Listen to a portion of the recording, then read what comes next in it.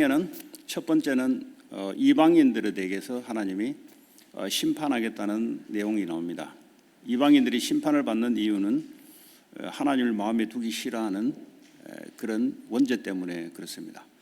하나님이 우리의 각자의 마음에 자연 현상에 하나님을 알 수 있도록 만들어 줬는데도 불구하고 믿지 않았다는 이유고요.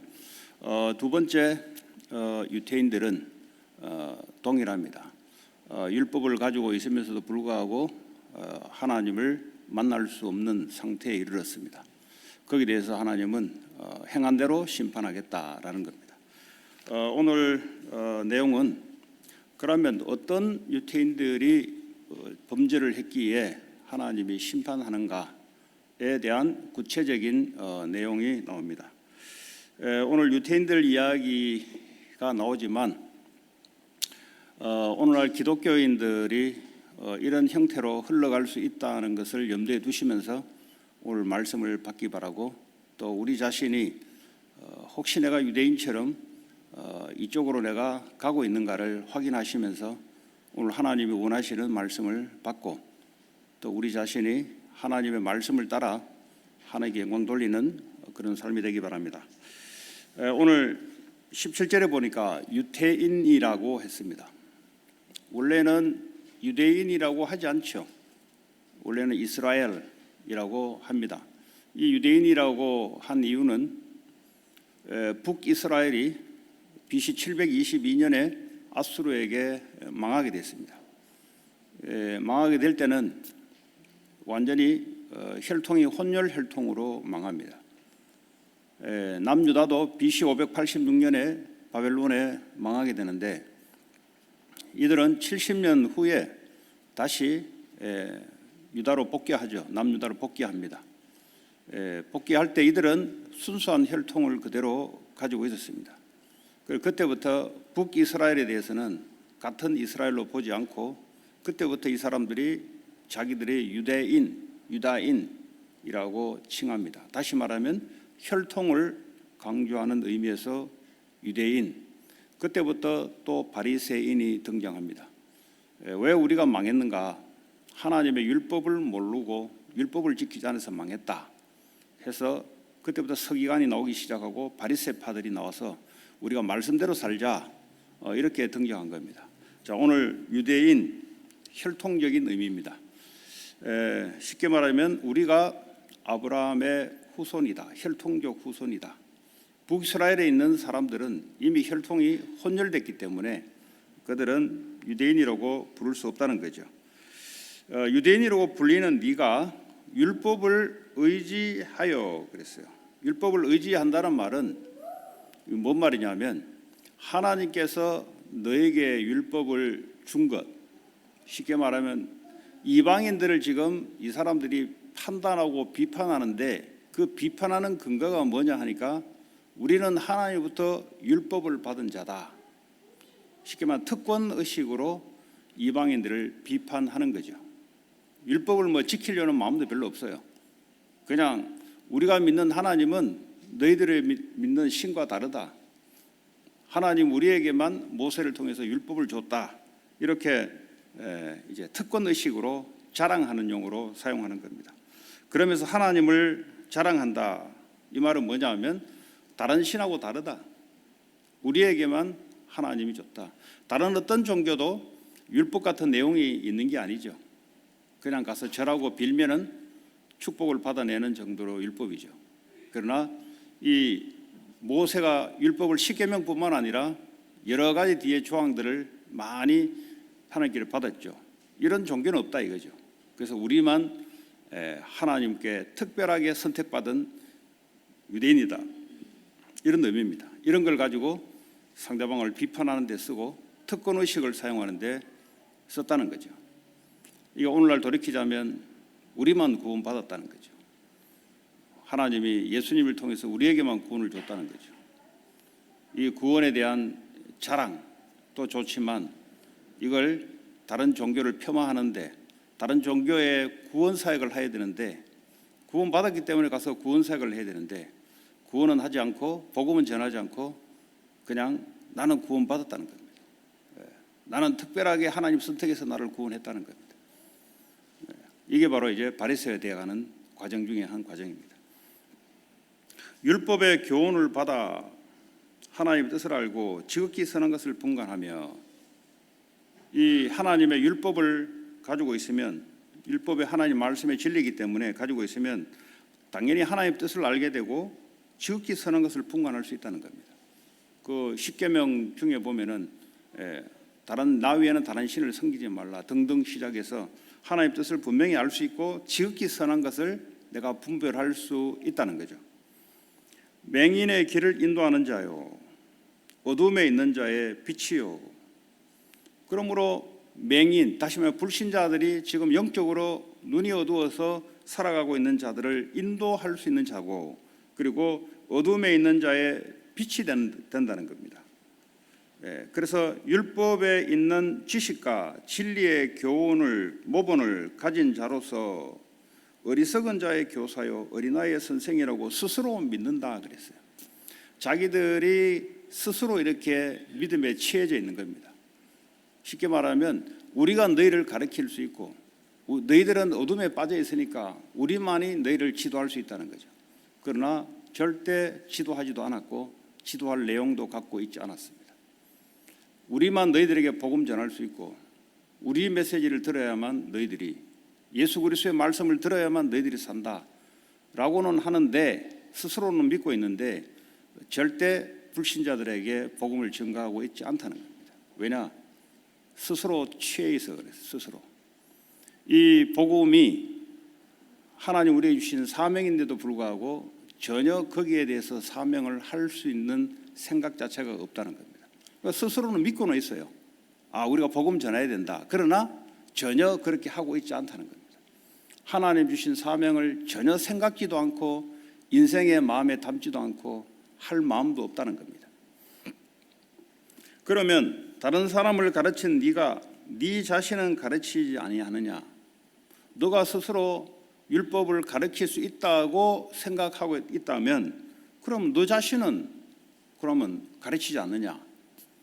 도둑질하지 말라 선포하는 네가 도둑질하느냐? 도적질. 이 사람들은, 유대인들은 고리 대금업을 했죠. 쉽게 말해 돈 장사를 했습니다. 돈을 빌려주고 돈을 굉장히 이자를 폭리를 취하는 방식으로 사실 도적질한 거죠. 말도 안 되는 이자를 가지고 그렇게 살아온 겁니다. 이 사람들이 1900년, 2000년 동안 유리방황하면서 살아남을 수 있는 길이 돈밖에 없었어요. 왜냐하면 그 돈도 그냥 일내서 벌을 수가 없어요. 뭐 보석 장사를 한다든지, 아니면 오늘 성경에 나오는 대로 이 신전의 물건을 쉽게 말하면 가져가서 이걸 큰 이익으로 남는 장사를 한다든지, 아니면 신전에 도둑질한 것을 중간에 사서 다른 나라에 아주 큰 금액으로 판다든지, 그래서 주로 이런 보석 장사 내지는 고리 대금업. 그러니까 오늘날도 보면 그게 발달되어 있습니다. 금융업이 발달되어 있고, 왜냐하면 이 사람들은 또도로 돌아다니기 때문에 돈을 벌 수 있는 방법이 그거밖에 없어요. 그래서 거기에 아주 발전되어 있는 사람들입니다. 간음하지 말라 말하는 네가 간음하느냐? 너는 간음하지 말라라고 해놓고 왜 너는 간음하느냐? 마음으로도 간음하고 눈으로도 간음하고 또 실제 육신적으로 간음하고 너 그렇게 하느냐? 그러므로서 네가 율법을 범함으로 하나님을 욕되게 하느냐? 네가 율법을 가졌다고 자랑하는데 네가 율법을 범함으로써 하나님을 욕되게 한다는 겁니다. 자, 기록된 바와 같이 하나님의 이름이 너희 때문에 이방인 중에 모독을 받는도다. 실제 전혀 말씀이 증거되지 않고 있다는 겁니다. 오히려 니들이 율법을 자랑함으로 니들의 행위가 불신자들이 볼 때는 아주 우스운 꼴이 됐다는 거죠. 오늘날 기독교인들이 세상 현장에 이 복음의 말씀대로 말씀을 따라 살아가지 않고 그냥 교회 안에서만 하나님의 말씀을 듣지, 세상 현장에 나가면은 결국 자기의 욕망, 자기의 욕심을 따라 지내게 되므로 불신자들에게 조롱을 받고 있다는 내용과 같다고 보면 되겠습니다. 자, 그래서 이방인들이 볼 때 전혀 교회를 갈 수 있는 이 욕망조차, 꿈조차 꾸지 못하는 일들이 너희들 때문에 일어난다는 말하고 똑같이 보면 되겠습니다. 그 당시에 유대인들이 그렇게 이방인에게 눈에 비친 겁니다. 율법, 너희들이 율법을 가졌고 우리는 하나님을 믿는다 하는데 너희들이 하는 꼴은 보니까 어쩌면 우리보다 더 못하다 너는. 그래서 하나님의 이름이 모독을 받는다.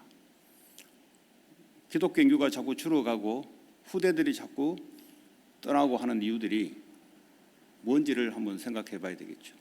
앞으로 가면 갈수록 이 기독교가 하나님의 역할이 부족해서 기독교 인구가 줄어가는 것이 아니라 말씀을 받은 우리가 말씀을 따라가지 못하기 때문에 현장에서 말씀 운동이 일어나지 않고 있다는 겁니다. 그럼 뭘 하고 있는가? 불신자와 같이 세상 욕망을 따라 살아가는 겁니다. 어쩌면 불신자보다 더한 삶을 추구하고 있을지도 몰라요. 그러다 보니까 현장에서 예수 그리스도의 이름이 절대적인 이름이요, 구원받을 수 있는 이름이요, 우리 인생을 바꿀 수 있는 이름인데 이 이름이 모욕을 받고 있다, 이렇게 봐도 되겠습니다. 네가 율법을 행하면 할례가 유익하나? 네가 지금 율법을 받아놓고 너는 할례 받았다. 이 사람들이 할례는 어떤 정도 생각하고 있냐? 창세기 17장에 보니까 아브라함에게 할례를 행하라 그랬습니다. 그 아브라함도 할례를 행하고 아들 이삭도 할례를 행했어요.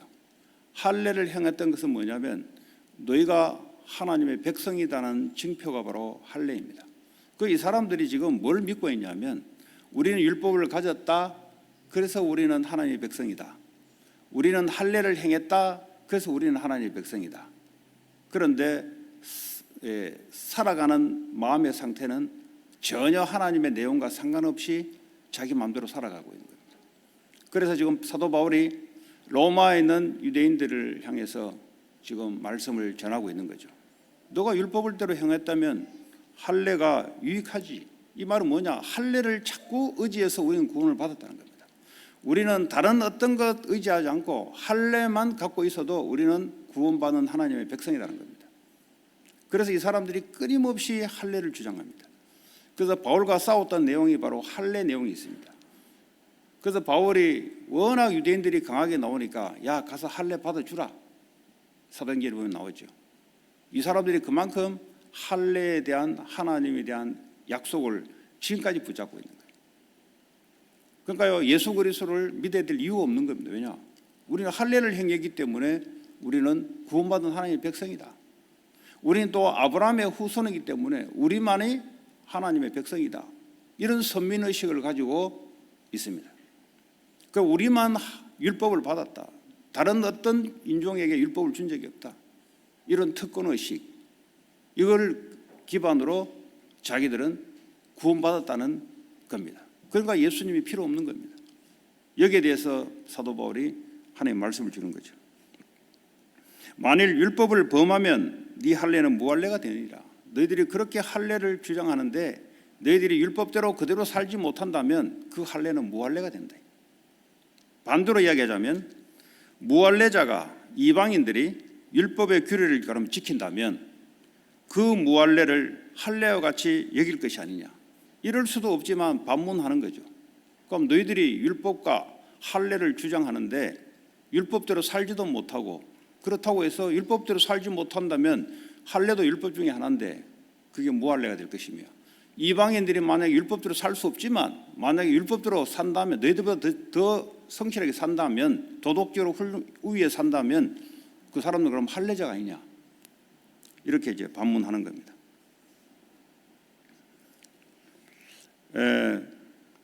또한 본래 무할례자가 율법을 온전히 지키면 율법 조문과 할례를 가지고 율법을 범하는 너를 정죄하지 않겠느냐.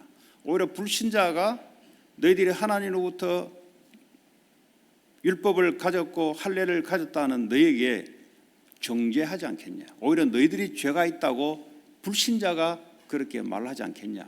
아주 우스운 꼴이 당해야 되지 않겠냐. 그러니까 뭔 말이냐.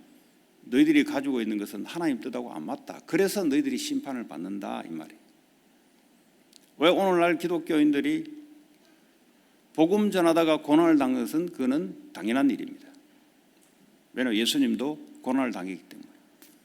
그러나 쓸데없는 고난을 당하고 쓸데없는 하나님의 심판을 받는 것은 그거는 생각을 해봐야 된다는 겁니다. 왜 그런가? 하나님 뜻하고 안 맞다는 거죠. 복음 받았으면은 복음 안에서 삶을 살아가야 되는 것이고 하나님의 뜻을 살피면서 하나님 뜻을 위해서 살아야 되는데 그거는 관심이 없다는 겁니다. 오직 관심이 내 육체의 욕망에 있는 것이고 내게 있다는 거죠. 그렇다면 네가 복음 가진 하나님의 자녀라고 세상에 나가서 말하는데 불신자인 너를 볼 때 오히려 너는 도덕적으로 불신자보다 못할 것이 아니냐. 삶의 규모나 말하는 내용들이 불신자보다 못할 것이 아니냐. 그렇다면 예수 그리스도의 이름이 이게 얼마나 모독을 받겠냐. 너 때문에 그리스도가 이름이 땅에 떨어지게 되지 않겠느냐. 이렇게 봐도 되겠습니다.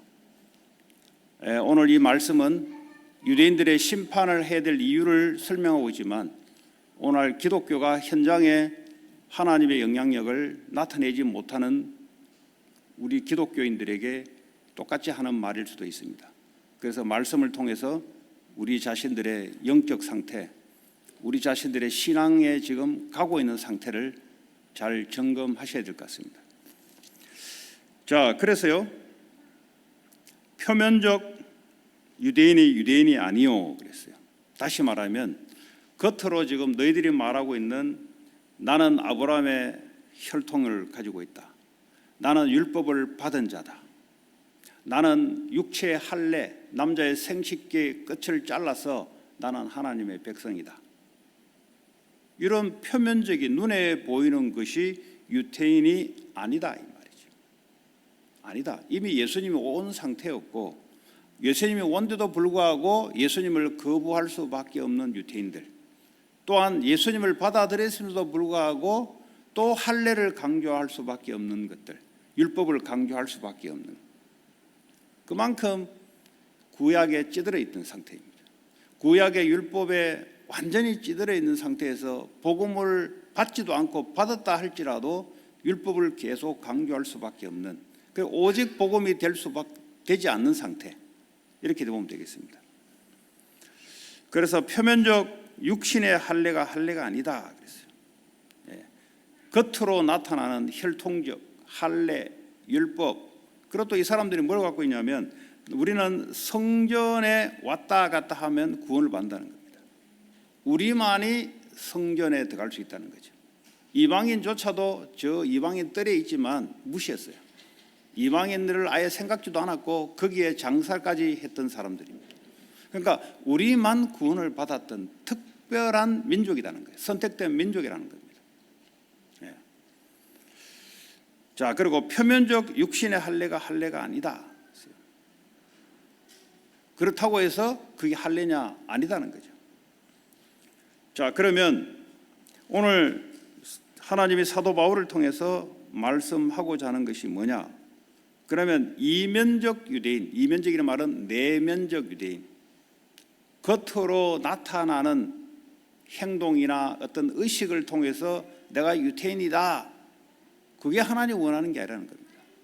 하나님이 원하는 것은 내면적인 유대인, 다시 말하자면 아브라함의 혈통적 유대인이 아니다는 거죠.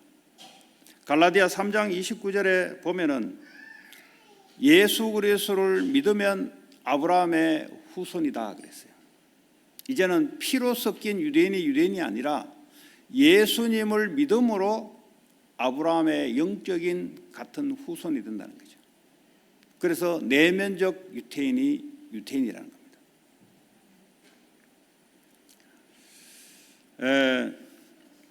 자, 그리고 할례는 마음에 할지니 그랬어요.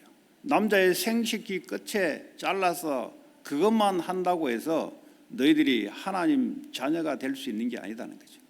이미 예수님 오셨고 예수님이 십자가에서 전 인류를 위해서 십자가에 죽으시고 부활하신 이 사건 하나로 율법은 폐해졌고 예수의 피의 공로로 우리는 구원을 받는 이 길이 있다는 거죠.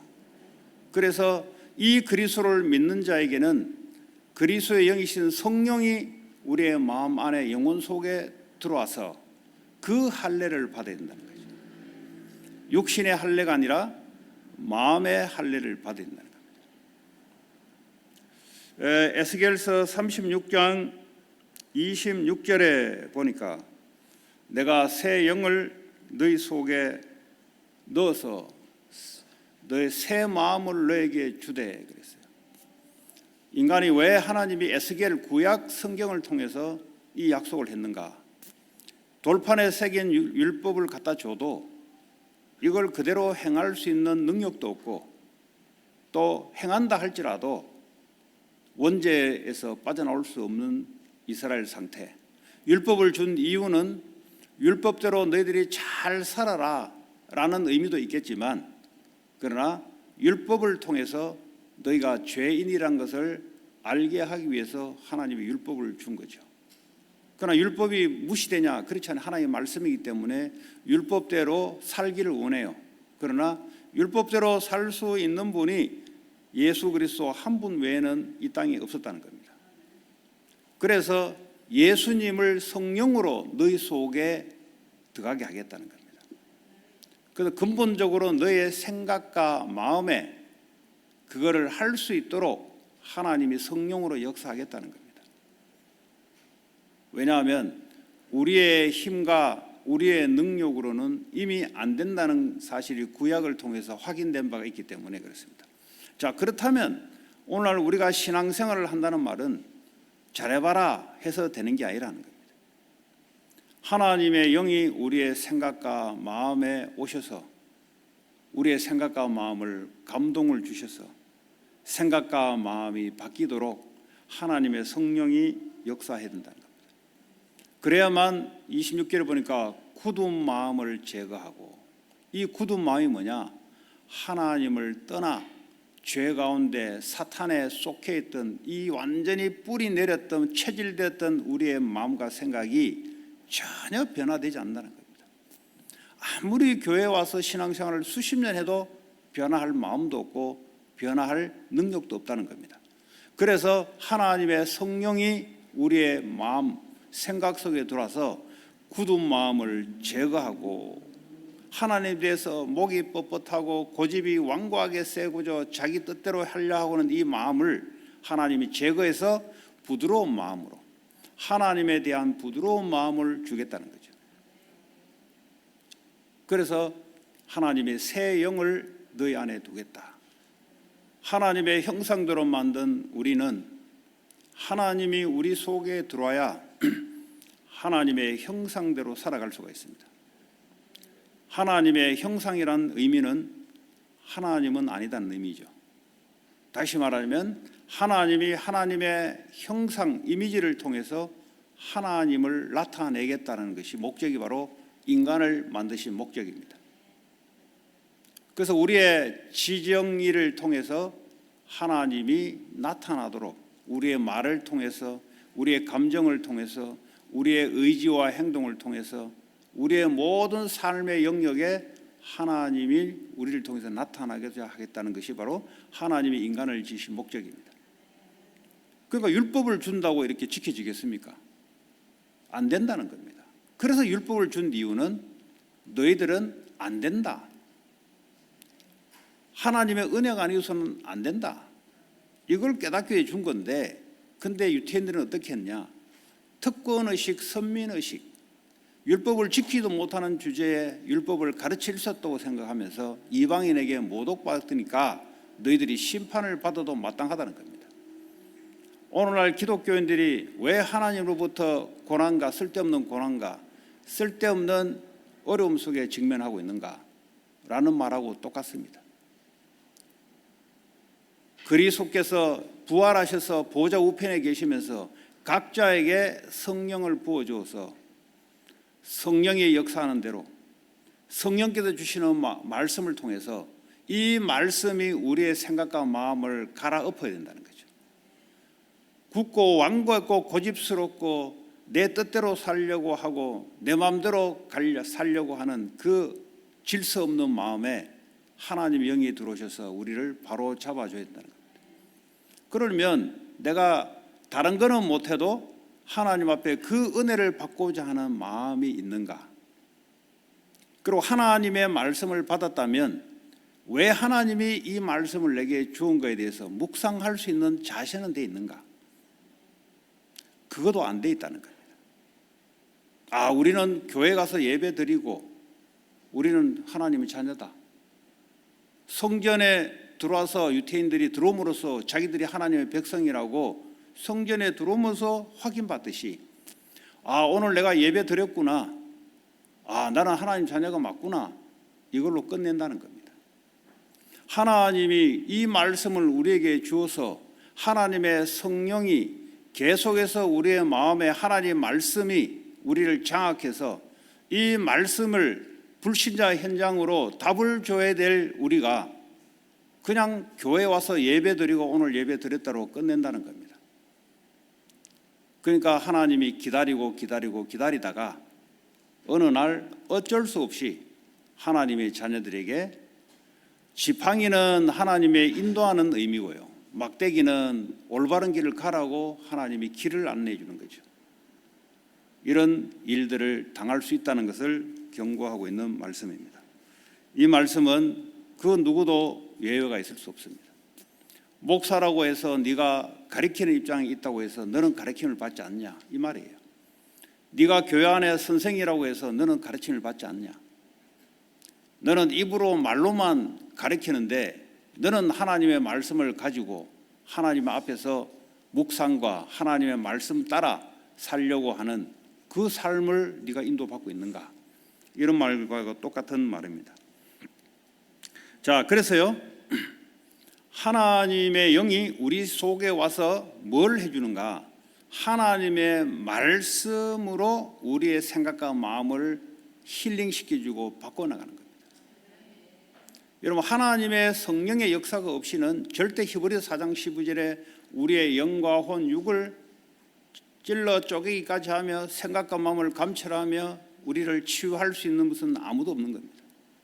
물론 병원의 의사가 가서 육신의 치료를 하지만 우리의 생각과 마음에 병든 것은 하나님의 영, 성령 외에는 그 누구도 이 아픈 병든 마음과 생각을 바꿔줄 수 있는 것은 어떤 사람도 할 수 없는 거예요. 오늘날 이 정신병, 중독, 정신병, 드러난 정신병도 있고 드러나지 않는 정신병이 있어요. 이 말은 뭡니까? 생각과 마음이 병이 들었다는 겁니다. 어릴 때부터 가정에서부터 부모로부터 상처를 받고 세상으로부터 상처를 받아서 이 병든 생각과 마음을 절대 자기 스스로 처방할 수 있는 약이 없어요. 이 영혼의 상처를 받은 것은 영혼에 기스가 나고 쉽게 물건이 금이 갈라지고 물건이 깨진 상태는 절대 하나님의 말씀으로만 치료가 가능한 겁니다. 그런데 이 병든 마음, 상처된 마음을 그대로 가지고 있다 보니까 사람들이 분노가 나타나기 시작하는 거죠. 왜냐하면 억울한다는 거죠. 상처를 받았다는 말은 내가 상처 준 사람은 아프다 소리 안 해요. 상처를 받은 사람만 아프다고 합니다. 그럼 상처를 받는다는 말은 힘이 없는 자죠. 가진 것이 없거나 나이가 어리거나 힘이 없는 상태에서 상처를 받죠. 부모들의 영적인 문제가 애들에게 영적 문제라는 말은 본인도 몰라요. 본인도 모르기 때문에 애들에게 계속 상처를 주는 거죠. 그럼 애들은 힘이 없기 때문에 하나님을 또 믿는 상태도 아니기 때문에 믿음 있는 상태가 아니기 때문에 전부 다 자기가 하나님으로 태어난 원죄 가운데 태어났기 때문에 내가 당했다고 생각하고 내가 상처받았다고 생각합니다. 이것이 마음의 상처를 그대로 가지고 애들이 자랍니다. 자라면서 어느 날 이 상처가 밖으로 드러나는 사건이 생겨요. 그게 바로 외부적인 사건을 딱 마주치면은 안에 있는 상처의 분노가 밖으로 튀어나오는 겁니다. 네. 이것이요, 인간들이 살아가는 지금 형태입니다. 그러면 이 상처를 해결하려고 뭘 배우냐? 세상 문화를 배우죠. 야, 뭐 했더니 좋더라. 뭐 했더니 플레저를 즐기는 거. 마음에 상처가 있는데 뭐 즐긴다고 해서 해결됩니까? 방법이 없는 겁니다. 방법이. 그러니까요, 술로 아니면 여자, 남자 이걸로요 채우려고 그래요. 다시 말하면 이 사람이 이미 영적으로 죽어있는, 원죄 가운데 죽어있는 상태에 태어난 인간은 하나님의 영이 오기 전까지는 절대 해결될 수 없습니다. 그리스도가 오기 전까지는 절대 해결될 수 없습니다. 그러다 보니까 말이죠, 자기 내면에 있는 자기의 상태를 감추려고 자꾸 다른 짓을 하는 거예요. 돈 많이 끌어모으면 해결되지 않을까? 아니면 내가 원하는 사람을 만나면 해결되지 않을까? 아니면 내가 원하는 장소에 살면 뭐가 해결되지 않을까? 계속 자기의 무화과를 자꾸 바꿉니다. 그리스도의 옷으로, 영원한 옷으로 우리를 치유해주고 우리의 정체성을 회복해줄 그리스도의 영이 우리 안에 오셔야만 그때부터 우리의 상한 마음, 아픈 것들이 치유되기 시작합니다. 그러면 치유할 수 있는 길도 줬고 치유할 수 있는 방향도 줬는데 그럴 또 마음도 없다는 겁니다. 그 완고한 고집과 그 자기의 자존심을 가지고 하나님께 버팅긴다고 있다는 겁니다. 이게요, 이스라엘이 망했던 이유, 오늘날 기독교인들이 하나님이 어쩔 수 없이 매를 들 수밖에 없는 이유이기도 합니다. 인간이 그렇습니다, 여러분. 인간이 원죄는 해결됐지만 이 속성을 갖고 있다는 말이 뭐냐? 끝없이 나는 하나님 말씀을 듣기 싫어한다는 겁니다. 나는 내 식대로 살려고 하려고 한다는 겁니다. 이게 우리가 갖고 있는 속성이기 때문에 하나님의 은혜가 없으면 안 된다는 거죠. 그래서 오늘 예배는 뭐냐? 예배는 여기에 참여하는 것이 예배가 아니에요. 예배는 우리가 모여서 하나님의 말씀을 받지만 나가서 말씀 따라 말씀의 인도를 받고 이걸 보고 예배라 그래요. 예배 의식만 예배가 아니에요. 그건 바리새인들이 말했던 그 예배 의식입니다. 하나님 말하는 것은 네가 성전에 있든지 밖에 있든지 하나님 주신 율례대로 네가 살아라는 겁니다. 그런데 성전에 와서 예배 드린다고 그게 예배냐 그게? 그러니까 이방인들이 볼 때 기독교인들을 욕할 게 아니냐. 현장에 나가서 하나님의 말씀을 따라 살아야 되는데 말씀과 동행해야 되는데 그거는 전혀 아예 생각할 마음조차도 없다는 겁니다. 그러니까 이방인들이 복음을 너희를 통해서 받아야 되는데 절대 복음이 전해지지 않고 있다는 거죠.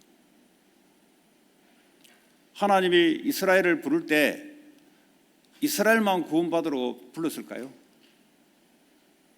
여러분 생각 한번 해보세요. 여러분 지금 생각 속에 있는 것을 깨기 위해서 제가 질문하는 겁니다. 이스라엘이 하나님의 백성으로 부름받을 때 걔들이 뭘 잘해서 부름받았습니까? 제일 연약한 백성이기 때문에 하나님이 선택한 거죠. 그러면 그 이스라엘 백성들을 선택했을 때 그 너희들만 구원받으라고 하나님이 선택했겠어요? 아니단 말이죠. 내가 너희를 제사장 나라로 세웠다는 말이 뭐냐?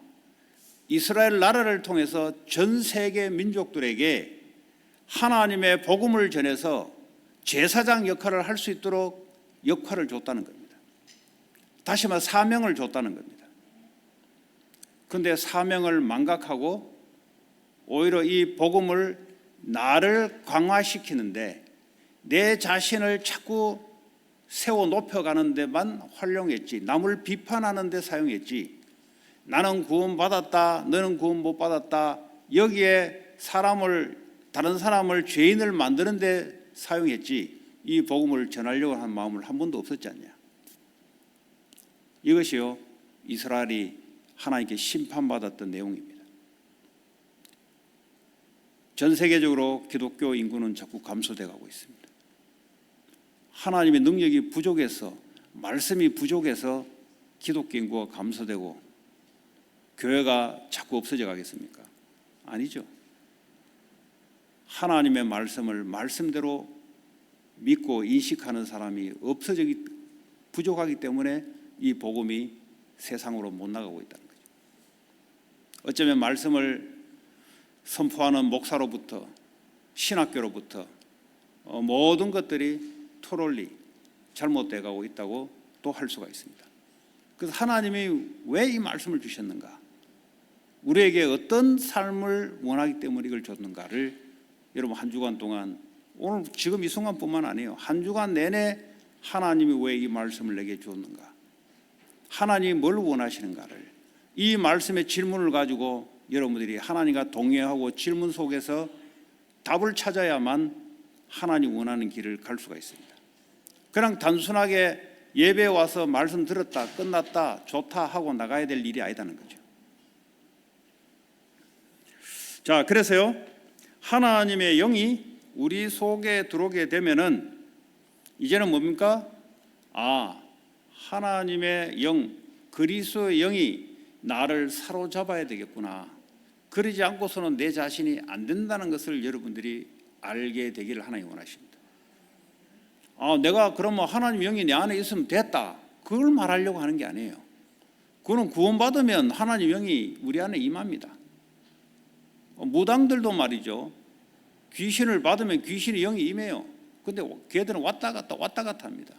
지 고집이 강하거나 지가 믿는 신에게 조금이라도 육신적으로 따르려는 마음이 없다면 그 귀신의 영이 충만하게 임하지 않아요. 오히려 두드려 팹니다. 말 들을 대로 계속 두드려 패요. 막대기로 때리고. 안 믿어질 겁니다, 뭔 말하는지. 아니, 귀신이 어떻게 막대기를 때립니까? 눈에 보이지 않을 뿐이지 살아있는 영적 존재예요. 그 사람인데 눈에 안 보인다 생각하시면 돼요. 그 눈에 안 보이는데 두드려 패는 겁니다. 이리 두드려 패고 저리 두드려 패서 귀신이 원하는 대로, 자기의 조금이라도 생각과 고집을 갖고 있으면 귀신이 역사를 할 수가 없어요. 하나님도 마찬가지죠. 영적 세계는 똑같습니다. 우리의 고집, 우리의 생각, 이걸 딱 버티고 있으면 절대 성령이 함께하지만 성령 충만은 임할 수 없는 겁니다. 성령 충만이 임한다는 말은 내 고집과 생각 다 내려놓는 걸 말하죠. 그래서요, 하나님의 영이 우리의 생각과 마음, 육에 완전히 충만케 되도록, 그러려면 어떡합니까? 하나님께 나를 완전히 서렌더를 해야 돼요. 기브업 해야 돼요. 그게 조건입니다. 나는 십자가에 죽었는데 뭘 내가 자꾸 나옵니까? 그렇지 않습니까? 그리스도와 함께 나는 옛사람은 십자가에 죽었는데 왜 자꾸 내가 내 충만을, 신앙생활을 왜 자꾸 나를 강화시키는데 자꾸 가야 됩니까? 아니잖아요. 나는 십자가에 죽어 있는데, 이미 죽었는데 자꾸 나를 자존심을 세우려고 하고 내 고집을 자꾸 세우려고 하고 내 욕망에 따라 살려고 하는, 이게 왜 자꾸 나와야 됩니까? 이것이 신앙생활 네가 방해된다는 거죠. 그래서 성령 충만이라는 말은 이것이 십자가에 죽었다는 것을 이미 전제성 아래 하나님의 영으로 나를 충만케 사로잡아 달라는 거죠. 그것이 여러분의 기도 중에 기도입니다.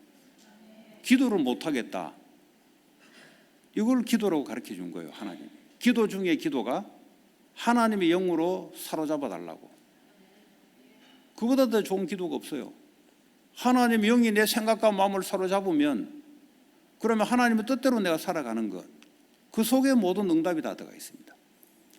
이걸 안 배우고 종교식 기도를 배우면 기도를 어떻게 해야만 기도를 합니까?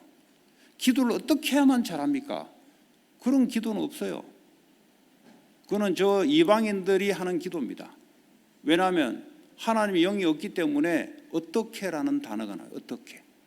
우리는 어떻게라는 게 없어요.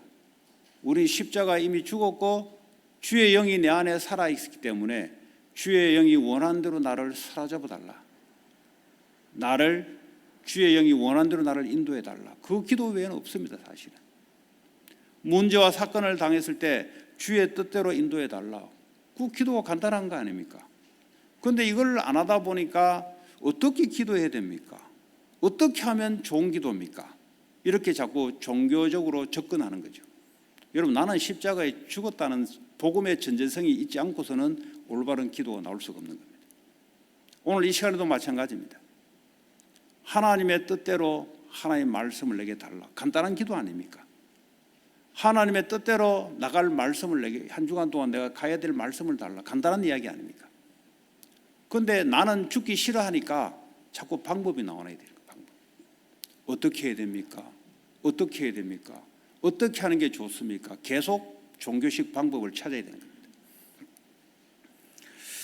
하나님의 인도, 하나님의 역사, 하나님의 영이 역사해야만 되는 거 아닙니까?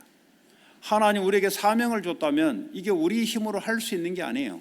하나님의 성령의 역사 아니고는 안 된다는 겁니다. 내 직장에 하나님의 성령의 역사가 아니고는 이 복음이 증거될 수 없다는 것을 알게 된다면 그러면 올바른 기도가 나올 수 있다는 겁니다. 일은 내 힘으로 할 수 있겠지만 사람에게 사람의 영적 상태를 변화시키는 구원을 할 수 있는 그거는 하나님의 성령의 역사 아니고는 절대 할 수 없는 거예요. 그래서 여러분 현장이 바로 교회가 되어야 된다는 겁니다. 거기서 바로 이 예배가 드려져야 된다는 말이에요. 예배가 드린다는 말은 성경을 펴고 찬송을 하고 어떤 이런 격식을 갖춘 그걸 예배를 말하는 것이 아니라 하나님의 거기서도 하나님의 대심의 예배가 되어야 된다는 겁니다. 하나님의 영이 나를 사로잡아 주시고 오늘도 나를 통해서 이 복음이 증거될 수 있도록 하나님의 성령의 역사가 임하기를 기도해야 된다는 거죠. 그러니까 모든 기도의 전제 조건이 나는 십자가에 죽었다는 것이 전제 조건이 달려 들어가는 겁니다. 그러면 하나님만이 할 수 있다는 겁니다. 하나님만이 나를 바꿀 수 있다는 겁니다. 하나님의 인도를 받는 길만이 내가 하나님의 뜻대로 살아갈 수 있다는 겁니다. 자, 그래서요 성령의 열매가 맺어지죠. 왜냐? 하나님의 성령이 우리의 생각과 마음을 바꾸어서 이게 뭐 열매가 맺어지는 거죠. 그런데 이걸 빼버려 우리가 열심으로 표면적으로 그냥 육신의 삶의 예배 형식과 나는 그리스도인이다, 나는 뭐 누구다, 그건 아무 소용이 없다는 겁니다. 그것 때문에 이방인들에게 복음이 증거되지 않다는 겁니다. 실제 내면적인 내면에 하나님이 와 계셔야 되는 거죠. 내면에 우리를 하나님이 사로잡고 우리를 인도하고 역사해야 된다는 거죠. 그걸 인식하고 있다면 이 복음의 능력이 성령의 역사로 모든 민족 땅끝까지 이 복음이 증거되도록 우리를 불렀다는 겁니다. 하나님 우리를 부르실 때는 단순히 이 복음이 내 안에만 머물러 있는 것이 아니라 내 모든 삶의 영역에 이 복음이 전파되는 쪽으로 하나님 우리를 그렇게 할 수 있도록 불렀다는 겁니다. 자, 결론적으로요, 이 유태인들이 표면적 유태인들이 말하는 그 유태인들이 혈통적 아브라함의 후손이 아니고 예수 그리스도를 믿는 자가 아브라함의 후손이라는 거죠. 그리고 이 표면적으로 할례를 받는 게 할례가 아니라 성령으로 마음에 굳어진 마음을 잘라내는, 이 할례라는 것은 남성의 생식기 표피를 잘라내는 건데요, 성령으로 우리의 마음에 굳어진 것을 잘라내는 마음의 할례, 그걸 계속 받는 거죠. 그리고 율법을 가졌기 때문에 우리는 하나님의 백성이다가 아니고 율법을 가지고는 안 되고 예수 그리스도, 우리 율법대로 살 수 없기 때문에 예수 그리스도가 필요하다는 것을 아는, 그러므로서 율법을 지켜나갈 수밖에 없는, 그리고 하나님의 성전을 들락날락 거리는 것이 구원을 받는 게 아니고 내가 성령이 내 안에 계시기 때문에 하나님의 성전이라는 거예요. 그리고 예배를 형식적으로 왔다 갔다 드리는 것이 아니고 마음으로 하나님께 예배를 드림으로써 하나님의 말씀이 우리 속에 담김으로써 이 말씀대로 한 주간 동안 내가 동행하고 살고자 하는 그 예배, 산 예배, 그 참 예배가 회복되는 것이 하나님이 오늘 우리에게 주시는 말씀입니다. 한 주간도 말씀으로 여러분들이 충만케 하길 바라고, 또 현장에 이 복음의 말씀이 이방인들에게, 맹인들, 영적으로 어두운 자들에게 살리는 그런 증인이 되기를 바랍니다. 오늘 주신 말씀 붙잡고 합심으로 기도하겠습니다. 하나님 감사합니다. 오늘도 우리에게 하나님의 성령으로 역사하시고 또 하나님 표면적 유대인이 아니라 내면적 이면적 유대인이 유대인이라는 사실을 알고 하나님 참된 복음과 하나님의 능력 속에 살아가는 자 되게 하여 주시옵소서. 예수 그리스도 이름으로 기도합니다. 찬송가